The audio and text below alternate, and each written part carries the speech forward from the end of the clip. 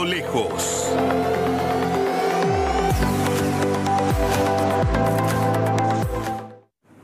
Muy buenas noches, querida audiencia, y bienvenido a Mirando Lejos. Hoy la verdad que quería hablar de otras cosas, pero esta tardecita, o mejor dicho, ya entrada la noche, me enviaron un mensaje que creo que refleja de alguna manera la confusión que algunas personas están teniendo con respecto a lo que está pasando en el Paraguay. Yo entiendo eso. El Paraguay está atravesando un momento difícil. Imagínense ustedes que en menos de un año fue, digamos, ejecutado un miembro del Parlamento paraguayo. Ahora se pide la intervención de las dos ciudades más importantes del país. Algunos dicen que es una maniobra política, el Contralor dice que hay, digamos, razones suficientes para la intervención de ambas municipalidades. En el peor de los casos, ya sea por la política o por la corrupción, tenemos que convenir en algo. Es lamentable que las dos ciudades más importantes de la República del Paraguay van a ser intervenidas y el voto popular va a ser reemplazado por una nominación que tiene que hacer el Poder Ejecutivo. Pero de eso vamos a hablar en otra ocasión. Pero me sorprendió mucho las declaraciones del secretario de Estado norteamericano. Unas declaraciones que me chocan, porque creo que en el mundo, ni siquiera Estados Unidos, que se supone que es un país muy bien informado, está enterado de lo que está sucediendo en el Paraguay, de lo que está sucediendo en el Paraguay con Itaipú, de lo que está sucediendo en el Paraguay con el anexo C. Y en esto nosotros tenemos que tener algo bien en claro. El consumo de la energía eléctrica y las nuevas fuentes de generación de energía eléctrica que el país necesita, que necesita varios miles de megawatts para poder satisfacer toda la demanda que va a ir creciendo si el Paraguay sigue progresando económicamente, va a ser insuficiente. Pero lo que no puede decir el secretario de Estado norteamericano es inmiscuirse, hacer unas declaraciones en un momento en donde nos dice hagan inteligencia artificial que no genera puestos de trabajo y que por sobre todas las cosas es una declaración que incordia una situación compleja en donde se cancelaron la negociación del anexo C entre Paraguay y el Brasil por un supuesto hackeo, de hackers. Después vamos a hablar de esto porque tenemos un invitado de lujo para hablar de este tema. Pero las negociaciones del anexo C, que no solamente tienen que reducirse al precio de la tarifa de la energía de Itaipú, sino a otras cosas mucho más grandes que impliquen 50 años de integración energética entre paraguayos y brasileños. Veo que el secretario de Estado norteamericano no se da por enterado. A mí me sorprende de sobremanera estas declaraciones porque creo que el Paraguay necesita arreglar el problema con el Brasil. Y creo que el Paraguay tiene que entender que su principal socio, nos guste o no nos guste, a pesar de la guerra, la Triple Alianza, hoy en día es la República Federativa de Brasil. Y que nosotros tenemos que favorecer esa relación en vez de favorecer la relación con los Estados Unidos de Norteamérica.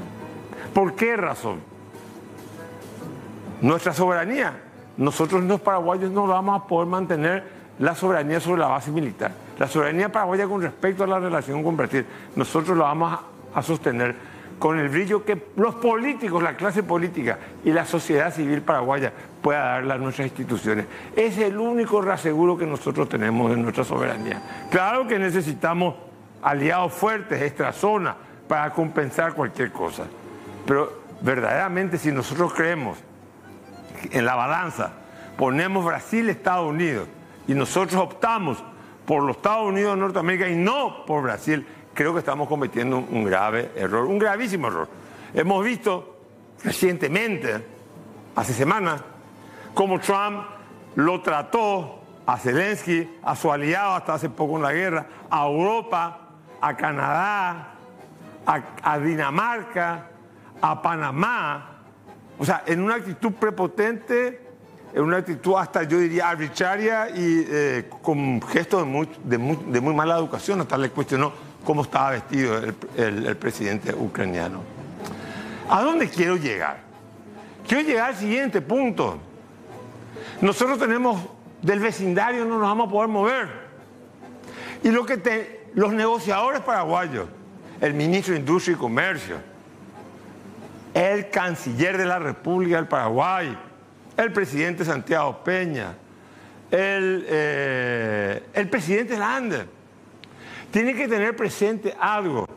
Nosotros los paraguayos tenemos que exigir que se cumpla el Tratado de Itaipú y hacer que los paraguayos podamos comprar energía de Itaipú como los brasileños compraron energía de Itaipú por 50 años. De 1983, no sé, ya son 50 años, 40 y tantos años, Paraguay está vendiendo al mercado brasileño. Nosotros ahora tenemos que comprar esa energía eléctrica de Itaipú, no del mercado libre, no del mercado spot, que va a ser un mercado más caro. Apliquemos el tratado como está en el tratado, pero para eso nosotros tenemos que negociar con Brasil. No podemos negociar con Brasil triangulando la relación a través de Washington.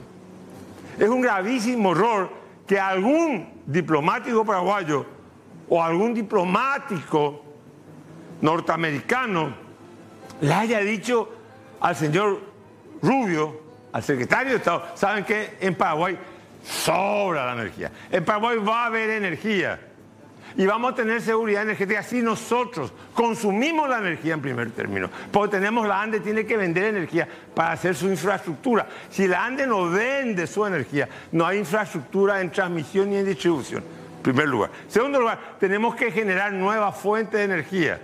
El eje central de esa fuente definitivamente va a ser la energía solar.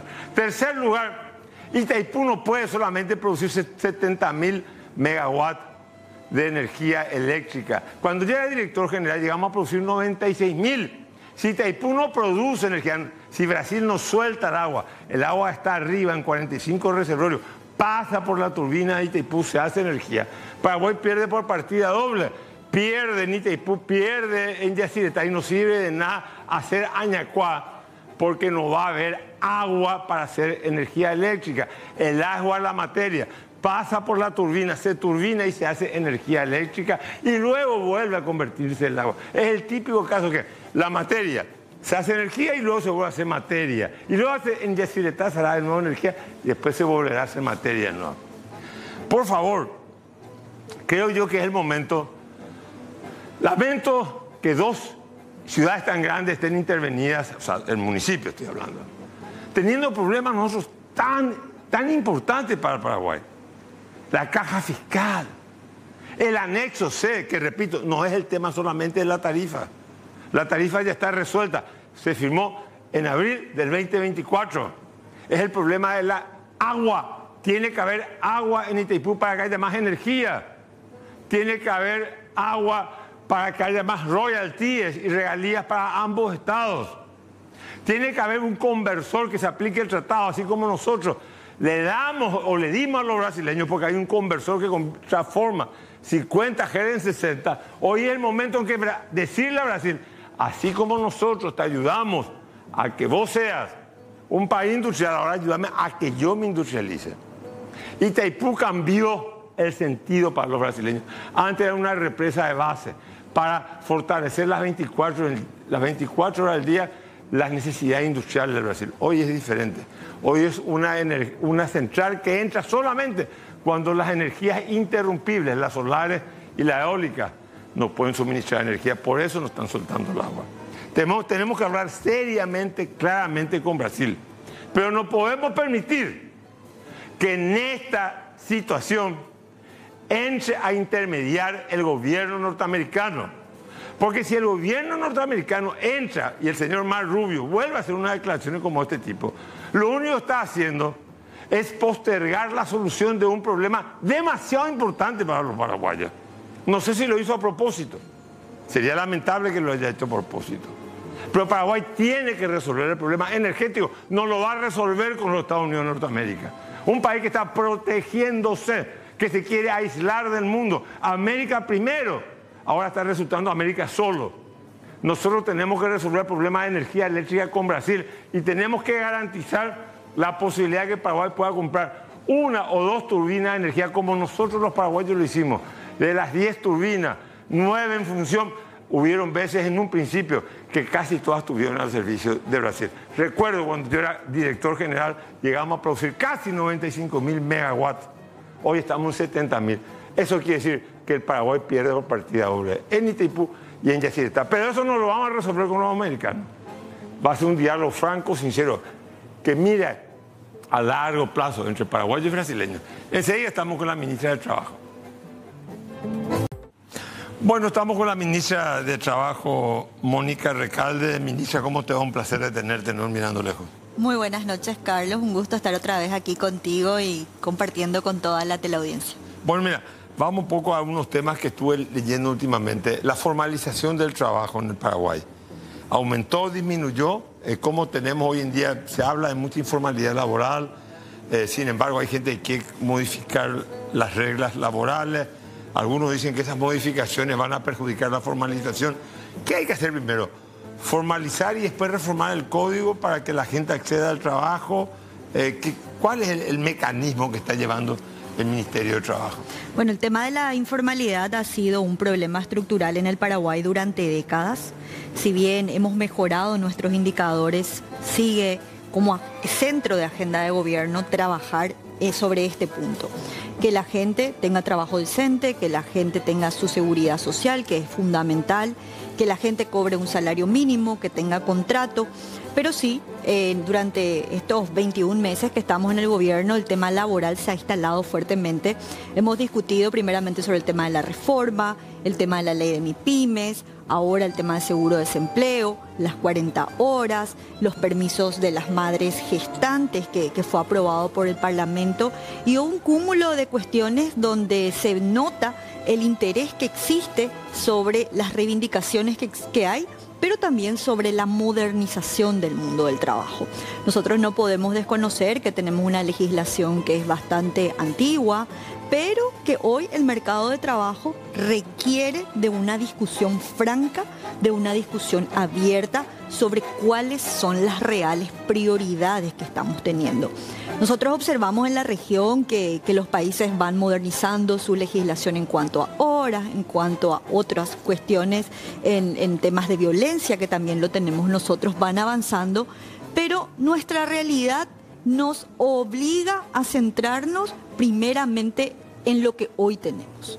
Hoy tenemos mucha precariedad. Pero con respecto a del 100% paraguayo tiene trabajo, formal o informal, ¿cuánto por ciento es formal y cuánto está pagando IPS? ¿Cuánto de esa masa está cotizando en IPS, pagando IPS, la patronal y el obrero? Y el resto, ¿cuánto está en la informalidad, en la precariedad laboral, digamos? ¿Cómo se divide la torta? Bueno, primero, antes que nada, el tema del desempleo. Tuvimos una de las tasas históricas más bajas de la actualidad, a 5.6. Si vemos el histórico de las tasas de desempleo durante los primeros trimestres de cada año, este ha sido el menor. O sea, digamos, hay más trabajo en el Paraguay ahora. Hay más trabajo en el Paraguay, la gente se ocupa más, ya sea en el sector asalariado o en el sector independiente. Tenemos esas dos ramas. Pero con respecto al sector asalariado... Te pregunto, me interesa lo que está diciendo. ¿Este aumento del empleo se debe a la industria, a la construcción, a servicios? ¿Dónde está focalizado este incremento de la mano de los puestos de trabajo? El incremento está siempre en el sector terciario, donde están los servicios, financieras, hoteles, restaurantes. Hubo un aumento muy significativo, hubo un aumento importante en construcción, que no lo veíamos, ¿verdad? En los últimos trimestres se está activando el sector de la construcción, se generaron más de 14.000 puestos de trabajo en el sector. Y un dato muy relevante que nosotros venimos siguiendo muy de cerca es la generación de empleo en el sector primario, en el sector rural. Había tenido bajas muy importantes y ahora se incrementó muy interesantemente toda la parte agrícola. Pero como en pequeños emprendimientos. En pequeños emprendimientos y especialmente de mujeres. Las mujeres están participando en mucha mayor medida. ¿En el cultivo o en la comercialización? En el cultivo. En el cultivo. Son microproductores que estaban, vamos a decir, en inactividad y que pasaron de nuevo a la actividad. Y esto tiene mucho que ver con el programa Hambre Cero. El programa Hambre Cero incentivó mucho que en el último trimestre del periodo anterior y este trimestre se comience de nuevo a comercializar y darle mayor incentivos al sector primario. Y eso captó muy bien la encuesta. Entonces tenemos estos resultados, veníamos teniendo pérdidas en el sector primario, especialmente en el sector agrícola, y vimos un despegue nuevamente. Entonces nos da indicios de que cuando se aplican políticas focalizadas, sí se genera empleo en esos sectores que de repente pensamos, no, hay migración interna, hay gente que se va al sector urbano a dedicarse a otras actividades, pero ha logrado contener bastante el programa Hambre Cero en los microproductores. Ahora, la gastronomía también aumentó mucho, y la hotelería, ¿verdad? Visto que hay los hoteles, muchos eventos. Eso, digamos, ¿aumentó la mano de obra en esos sectores? Aumentó la mano de obra en el sector comercios, mucho movimiento comercial. Esto también nos dan indicadores casi similares a lo que es el comportamiento del consumo que lo mide el BCP y cómo se está comportando la economía.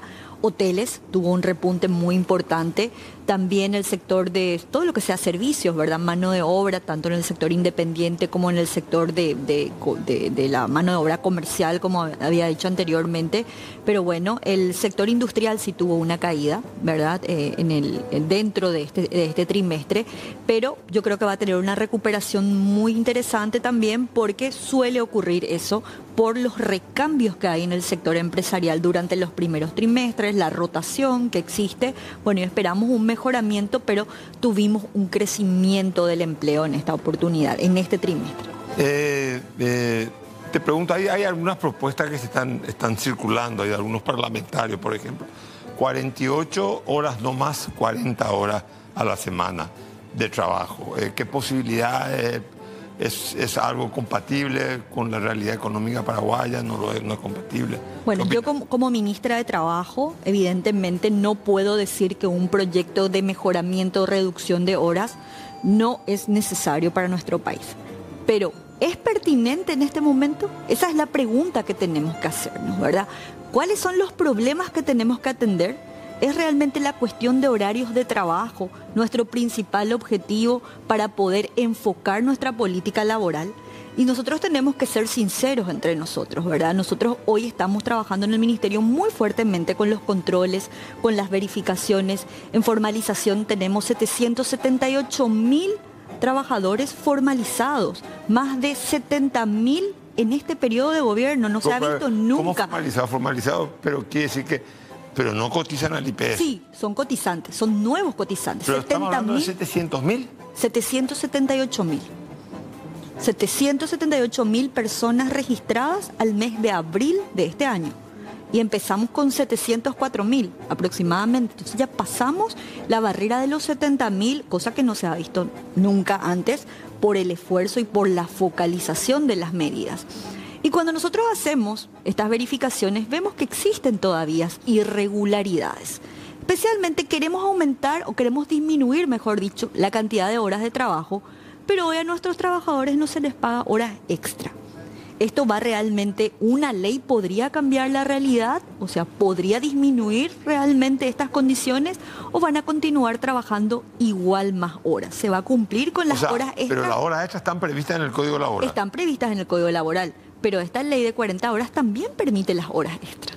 Entonces, tenemos que sentarnos a conversar, a ser un poco francos sobre la realidad que hoy tenemos, sobre la realidad de nuestra productividad, pero siempre cuidando el derecho del trabajador. Eso yo siempre insisto, porque cuando vos tenés una empresa, cuando vos le contratás a alguien, no es que le estás haciendo un favor, es tu responsabilidad social la que tenés que cumplir con esa persona que te está dando el valor agregado de su trabajo. Entonces, hoy, al tener muchas cuestiones en donde existe todavía incumplimiento, por más que hemos mejorado muchísimo, necesitamos tener un diálogo franco sobre cuáles son los puntos que tenemos que discutir en este momento. ¿Y cuáles son los puntos? Habló también de la estabilidad. Yo entiendo, Lo que vos me estás, que lo real se haga legal, pero digamos, nos pongamos una norma que contradiga las posibilidades de la realidad. Un poco ese es tu razonamiento cuando hablas de pertinencia. Por supuesto, cuando hablo de pertinencia tenemos que contrastar lo jurídico con la situación real del mercado. Compatibilidad, vamos a forzar ciertas cuestiones de cumplimiento, por supuesto, para eso están las instituciones, para hacerlas cumplir. Pero también el sector productivo de Paraguay hoy está en crecimiento, está en expansión. Entonces, ¿vamos a reducir la productividad bajando la cantidad de horas o podemos mejorar la condición del trabajador que hoy actualmente tenemos? Para mí es una discusión, ¿las 40 horas es necesario? Por supuesto que es necesario. ¿Los trabajadores necesitan descansar más? Por supuesto que necesitan descansar más. Eso es algo que se está dando, y especialmente porque los jóvenes hoy valoran mucho. Vamos a hablar del contexto de los jóvenes, de los que están entrando, de los de 18 a 29 años, valoran mucho el salario emocional y la flexibilidad. ¿Qué es el salario emocional? El salario emocional no es lo que vos le pagás en efectivo, sino son esos beneficios extras que le da la empresa. Por ejemplo, las comodidades adentro, trabajar desde la casa, tener por producción de repente algunos productos que tienen que entregar, tener momentos de dispersión, ¿verdad? Que la empresa invierta, otro tipo de retribuciones que no sean solamente monetarias. Entonces, el joven hoy está pensando de esta manera. Y vamos a decir, esta incursión de la reducción de horas viene justamente a compatibilizar eso. Ahora, pero nuestra discusión tiene que ser... Sí. El otro día leí un informe, no sé si es falaz o mentiroso, donde decía que la productividad, o sea, la eficiencia de la mano de obra paraguaya era una de las más bajas de la región.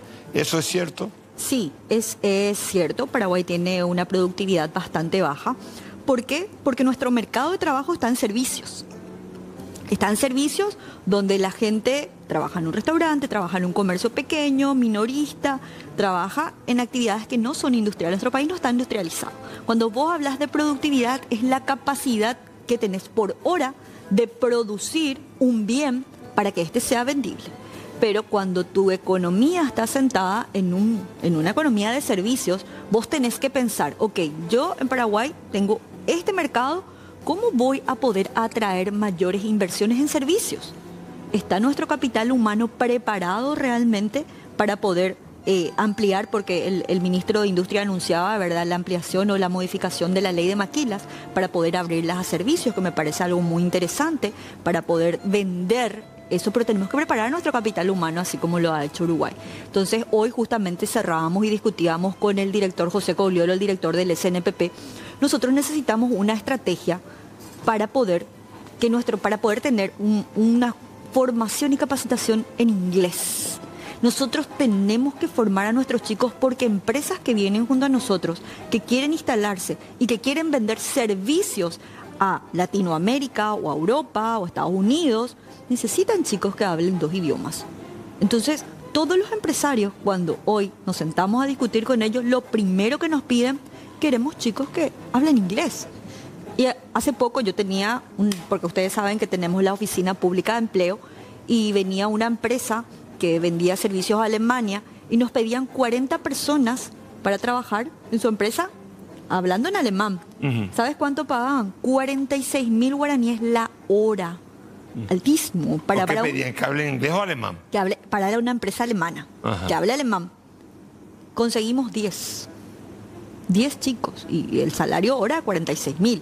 O ha trabajado 8 horas, ganando casi 500.000 por día, 600.000, casi $100 por día era el salario. Ahora, todo este desafío que hoy representa la inteligencia artificial, estamos hablando de que tenemos una mano de obra no muy bien preparada, baja productividad.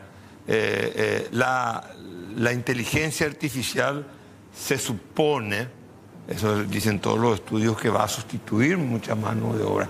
¿Cómo nosotros, los paraguayos, encajamos en ese nuevo escenario? Es que ya está empezando a ocurrir.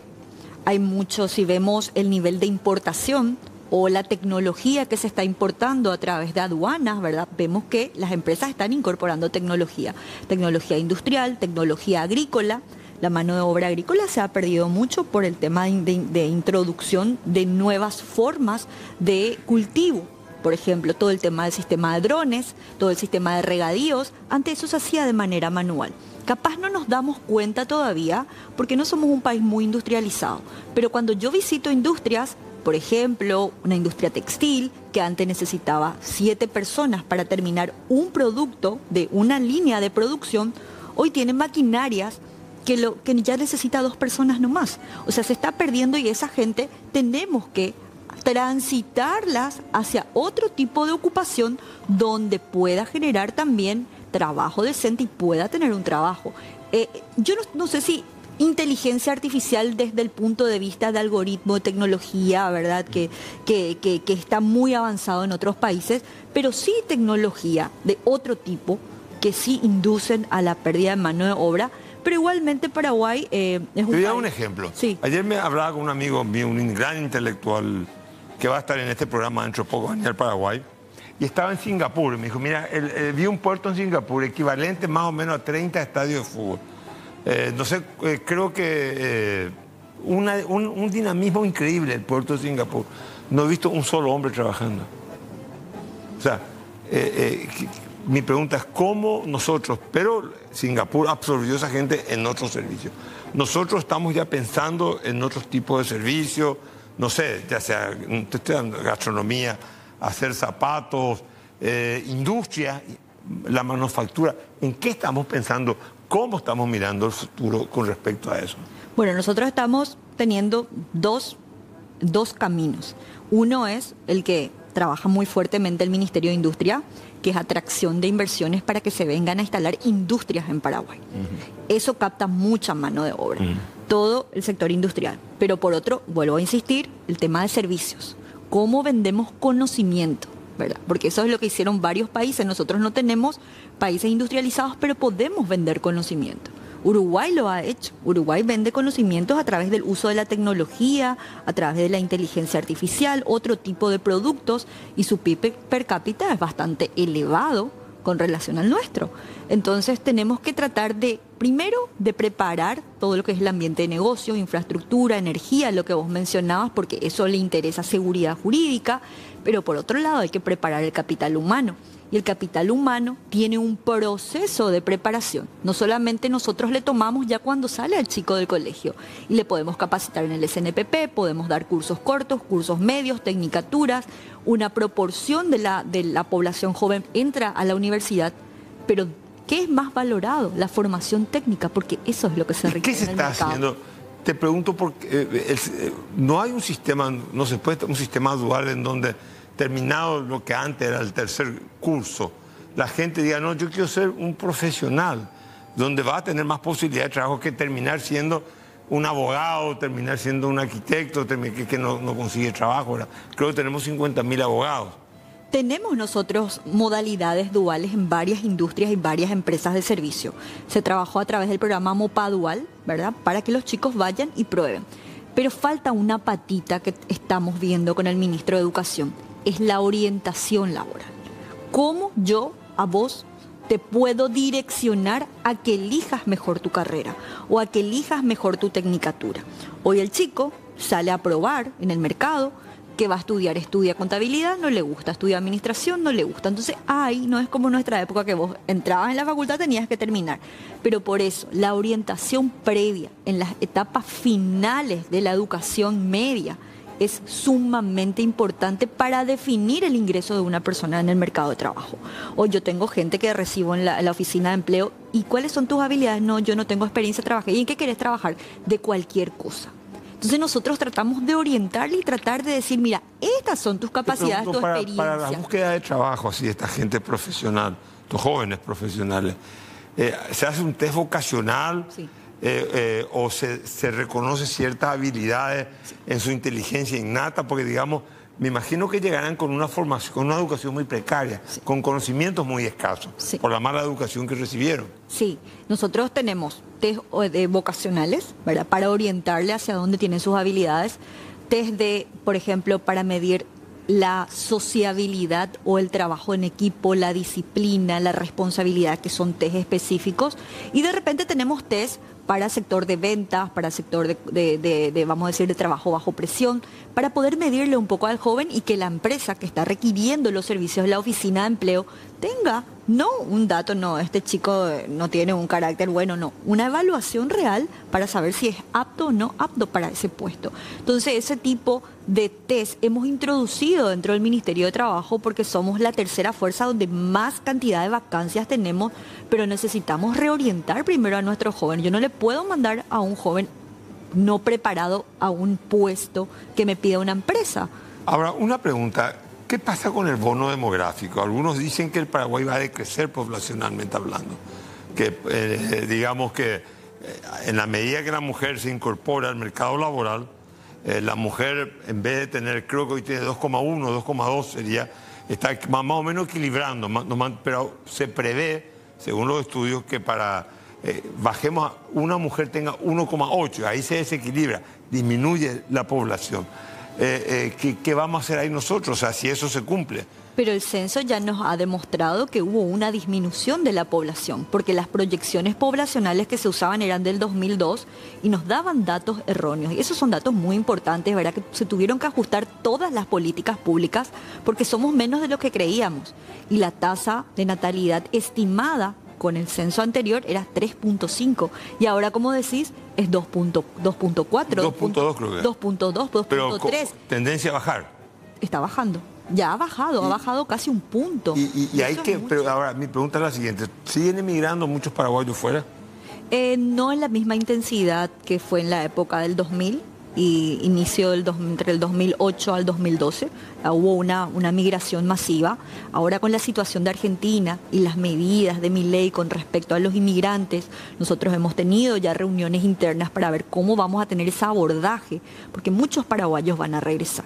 Hay mucha gente de Argentina que a nosotros nos contacta a través de la oficina de empleo preguntando cuáles son las opciones que estamos teniendo actualmente, y es una cuestión que tenemos que analizar, porque si tenemos un retorno de compatriotas, ¿verdad?, de forma masiva, especialmente de la Argentina, donde tenemos más de 1 millón de personas que están allá, tenemos que encontrar una estrategia para poder reubicarlos dentro del mercado de trabajo. ¿Te parece vos que va a haber que la gente va a emigrar a Paraguay, va a venir gente, no te digo aparte paraguayo, está viniendo extranjeros al Paraguay a trabajar? Sí, nosotros tenemos registros de venezolanos, de colombianos, muchos brasileros en la frontera, que también los empresarios fronterizos nos han expresado un poco su preocupación con respecto al cruce masivo de gente que viene a trabajar desde Foz a Ciudad del Este y así, porque la preocupación política siempre es los puestos de trabajo, queremos que sean primero para los paraguayos, ¿verdad?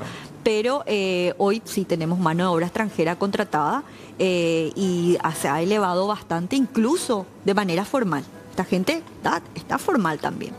Bueno, estuvimos con la ministra Mónica Recalde. Mónica, muchísimas gracias por estar con nosotros. No creo que ha sido muy ilustrativo tu presencia. Muchísimas gracias, Oscar. Gracias.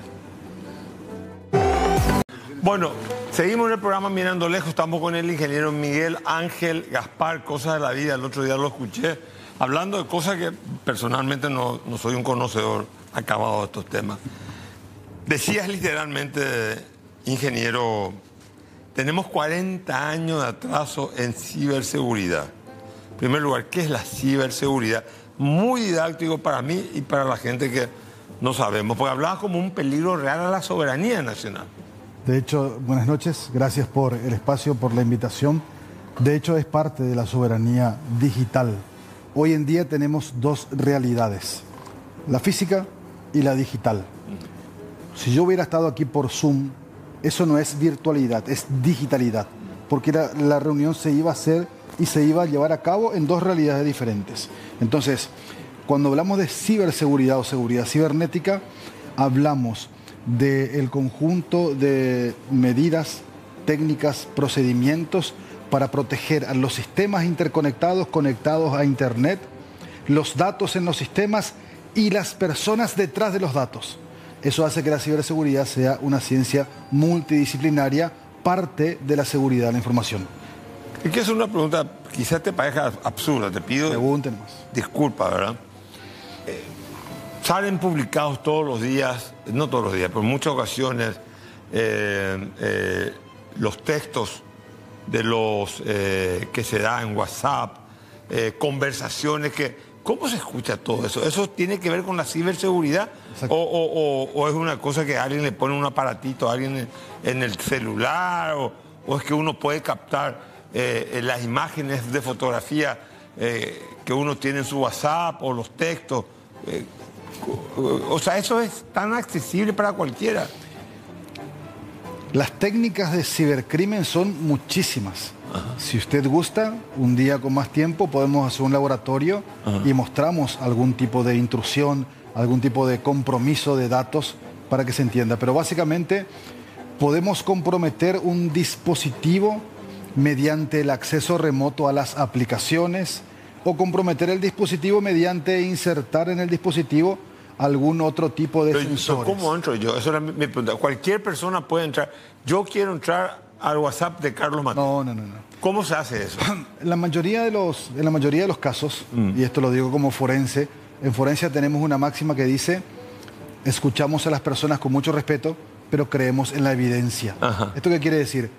Que muchas veces, en la mayoría de los casos, las personas son responsables de las filtraciones porque le dieron un clic a algún enlace indebido y no tienen herramientas de seguridad en sus dispositivos. Entonces, a hoy, por ejemplo, y esto lo dice la Policía de Delitos Cibernéticos, más del 90% de los casos de robo de cuentas bancarias, mensajeros, lo que fuera, tiene que ver con la gente que le dio clic a un enlace, que descargó un archivo. ¿Cómo eso es? ¿Qué es eso? Explícame bien. Un enlace. Uno recibe... Usted recibe un mensaje... en mensajería o en WhatsApp. En WhatsApp, correo electrónico, SMS, lo que sea. Si yo lo quiero estafar a usted, número nuevo, con la foto de una persona allegada a usted y le envío un link. Usted no conoce el número, pero ve la foto y dice: ah, es fulano, y le da un clic al enlace.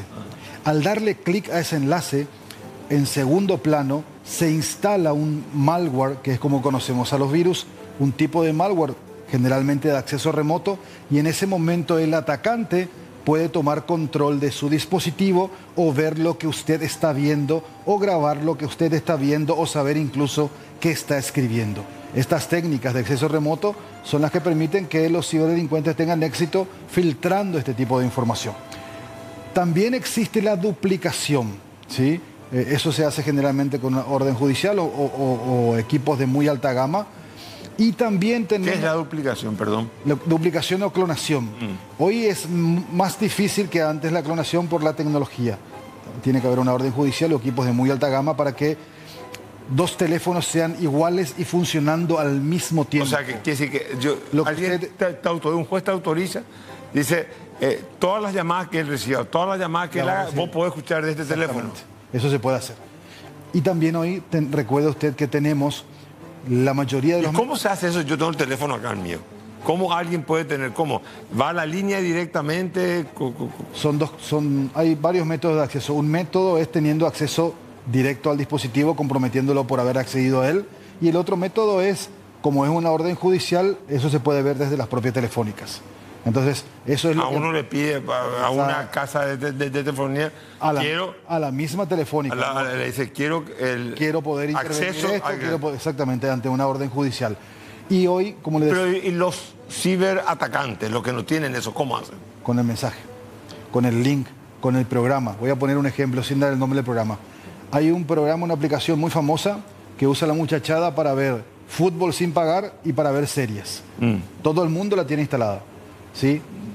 Esa aplicación ya está prohibida en Brasil, en Argentina, porque se demostró que la aplicación tenía embebida en la mayoría de los repositorios no formales un software, un malware por dentro. Entonces usted instala su aplicación para ver su película, pero por detrás, en segundo plano, se instala una aplicación que compromete su dispositivo. ¿Eso que si compromete lo que yo estoy viendo en la televisión o compromete su celular? Lo que usted escucha, lo que usted llama, lo que usted ve, lo que usted hace, todo queda comprometido.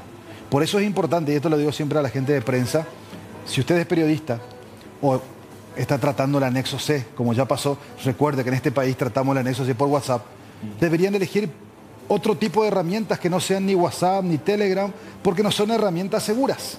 Entonces lo primero que tenemos que hacer hoy... O sea, el WhatsApp tampoco es seguro. No. Pues la gente dice que el WhatsApp es lo más seguro que hay, o el Telegram es lo más seguro que hay.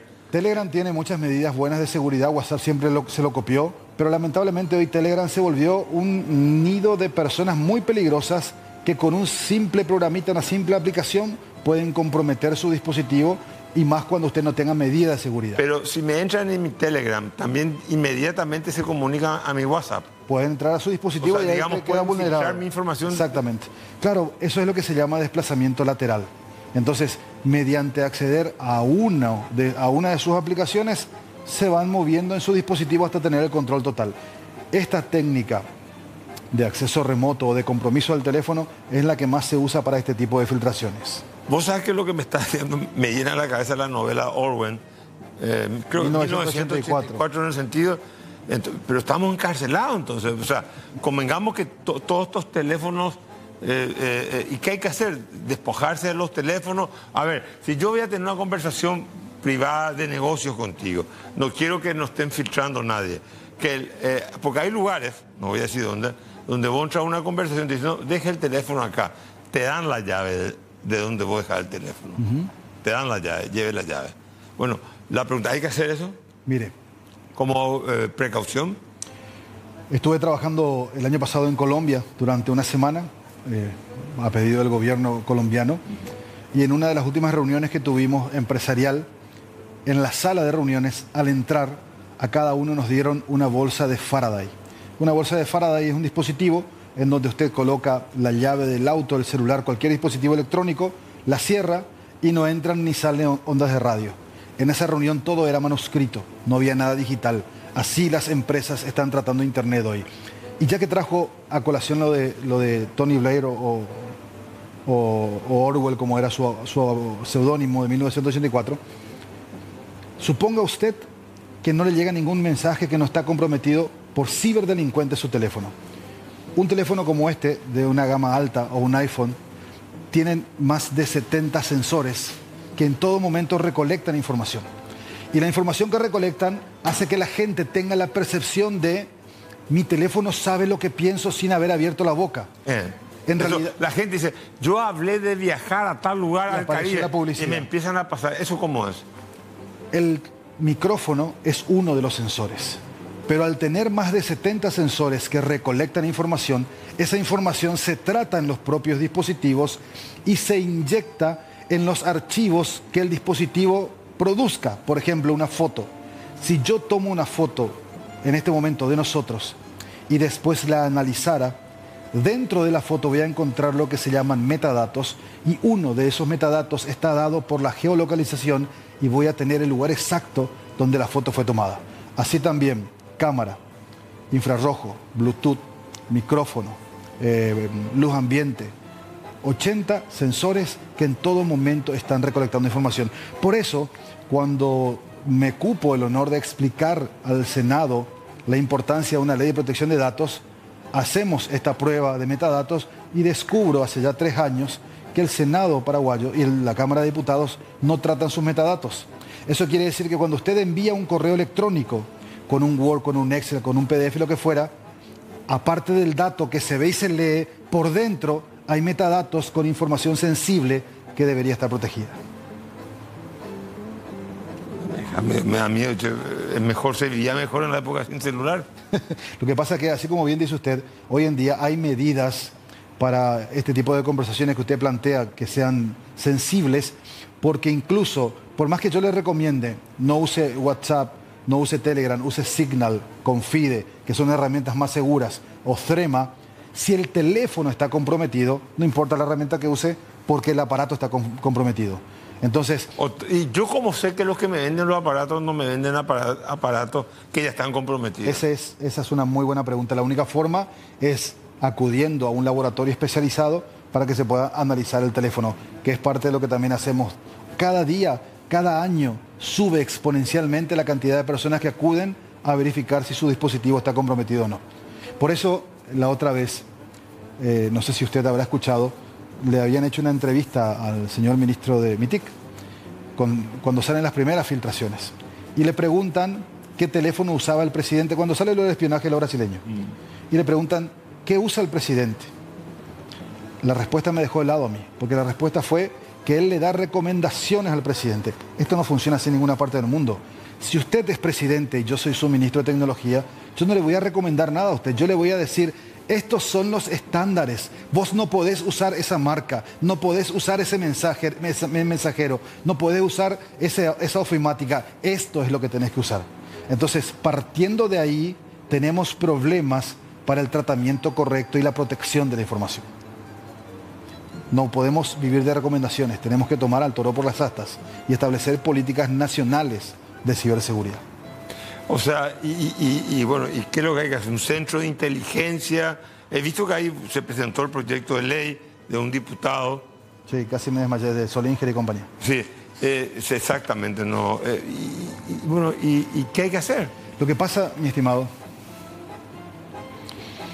hay una máxima de un gurú de ciberseguridad que muchos seguimos que dice, si querés resolver tus problemas de seguridad con tecnología, no entendés de seguridad, no entendés de tecnología y tampoco terminaste de entender tus problemas. Y eso es aplicable aquí porque ante cualquier problema que tengamos, queremos meter tecnología para solucionarlo cuando nos falta algo básico, como por ejemplo una ley de protección de datos personales. Hoy nuestros datos se venden como chipa. Decíamos fuera de cámara con la señora ministra de Trabajo, la cantidad y calidad de datos laborales que hay cada año es mejor, más eficiente y no sabemos cómo sacan tanta información. Y por ejemplo, un delivery que le trae a usted un electrodoméstico, prácticamente le obliga a usted a acceder a que le saque una foto a su cédula para que conste que le entrega el electrodoméstico. Entonces los deliveries son base de datos con ruedas. No podemos seguir pensando en que vamos a reglamentar o legislar inteligencia artificial, el tema de ciberseguridad, tener un comando de ciberdefensa y otro montón de cosas, si no podemos garantizarle a la gente que vamos a proteger adecuadamente sus datos personales. La protección de datos personales es un derecho humano consagrado en la Constitución y en los tratados internacionales que hizo Paraguay. Eso quiere decir que la información, si yo estoy enfermo, si lo que yo consumo o lo que yo puedo pensar o decir no tiene por qué estar socializado. Eso es sensibilísimo y no tiene por qué estar socializado con nadie. Un ejemplo de eso que usted bien plantea es, ¿recuerda usted cuando salió la ley del antibiótico? Nosotros somos un país que consumimos antibiótico como chicle. Hasta que a alguien se le ocurrió, hagamos una ley de antibiótico para que sea sobre receta. Hasta ahí todo bien. Pero en la reglamentación no previeron que yo voy a la farmacia, entrego la receta y en la receta obligaron a poner el diagnóstico. Entonces la farmacéutica, su compañera, el delivery, el guardia, todos ven la receta de un tipo que va a comprar antibióticos con un diagnóstico que es un dato médico sensible, ¿entiendes? Y cuando te llamas a un banco por una tarjeta que te clonaron y se te adjudica una compra que vos no hiciste. Perfecto. Llamás y te dicen, bueno, déjeme su nombre, su fecha de nacimiento, lo último que compró. Después, a mí me pasó todo, me preguntaron qué día nació, tal cosa. ¿Cuántos años tiene? Pues me preguntaron, señorita, asume usted, le dije, si nací en tal año, y estamos en tal año, en cuestión no, 46 le dije, ¿qué crees que te diga? La pregunta es la siguiente, ¿eso quiere decir que yo eso queda todo registrado ahí y eso puede tener acceso a cualquier otra persona? Muy buena pregunta. Esto es para aclararle a la gente ese punto porque siempre me hacen esa pregunta. Hay un principio en la protección de datos personales que se llama de proporcionalidad. No debería ser la misma cantidad y calidad de protección para un dato que no tiene valor o tiene poco valor a un dato como un activo físico, dato de salud o lo que fuera. Tienen que tener medidas. Hay una proporcionalidad entre lo que se quiere proteger y la medida que toma para protegerlo. Los bancos están obligados por ley y por compliance, por cumplimiento internacional, a tener esas medidas y cualquier persona ante la duda puede recurrir al banco y pedir la trazabilidad de su información. ¿Quién revisó? ¿Para qué? Y el banco está obligado a dársela. Pero eso no significa que, por ejemplo, cuando yo vaya y lleve a mi hijo a una consulta médica, a mi medicina prepaga, quieran obligarme a ponerle la biometría de mi hijo para entrar a un consultorio. Eso está mal.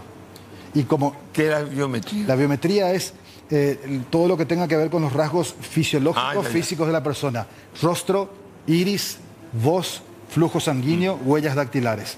Esos son datos personales sensibles. Porque si usted pierde una contraseña, usted la cambia y terminó el problema. Pero si alguien vulnera su biometría, usted no puede cambiar su rostro, su iris, su voz, no lo puede cambiar. ¿Me comprende? Entonces... O sea, tengo que quedarme fijado en lo que está en la pantalla. Exactamente. Y eso está mal. No podemos obligarle a las personas... ¿Y cuando uno envejece? La biometría sigue siendo la misma, su iris no cambia, su huella no cambia. Claro. ¿Entiende? Es más, hoy tenemos problemas porque con el advenimiento de la inteligencia artificial ya comenzamos a tener en Paraguay ciberdelitos en donde se clonan las voces de las personas para poder enviar mensajes fraudulentos. Y hay herramientas de inteligencia artificial que solamente necesitan 45 segundos de audios de la víctima para clonar su voz. 45 segundos. Entonces, con eso... La inteligencia artificial te reproduce la voz, mi voz. La sintetiza y yo le puedo hacer decir lo que quiera a usted. Entonces yo envío ese mensaje a un contacto de usted y el contacto de usted va a escucharlo a usted. No es el hombre de las 1000 voces que está en Tacumbú, es su voz sintetizada para decir lo que se le antoje. Habrá visto que hace un par de meses había videos, no solamente de voces, videos de varios periodistas famosos ofreciendo inversiones en criptomonedas. Y cada vez el ataque viene con más precisión y más hiperrealismo. O sea, la criptominería grabó las voces de algunos periodistas que supuestamente estaban a favor del tema, para entenderlo nomás. ¿Sí o no? Inversores y estafadores basados en criptomonedas grabaron fraudulentamente, sintetizados a algunos periodistas, incluso el expresidente Marito y compañía, ofreciendo inversiones en criptomonedas en Paraguay. Bueno, interesantísimo lo que está diciendo, estamos a volver a tener en el programa porque verdaderamente está en riesgo no solamente nuestra identidad, nuestra seguridad, también nuestra libertad. Y la soberanía digital de nuestro país. Bueno, Gaspar, Miguel Ángel Gaspar, muchísimas gracias por tu presencia. Para servirle, muchas gracias. Como diría mi amigo Humberto Rubín, ha sido una noche más.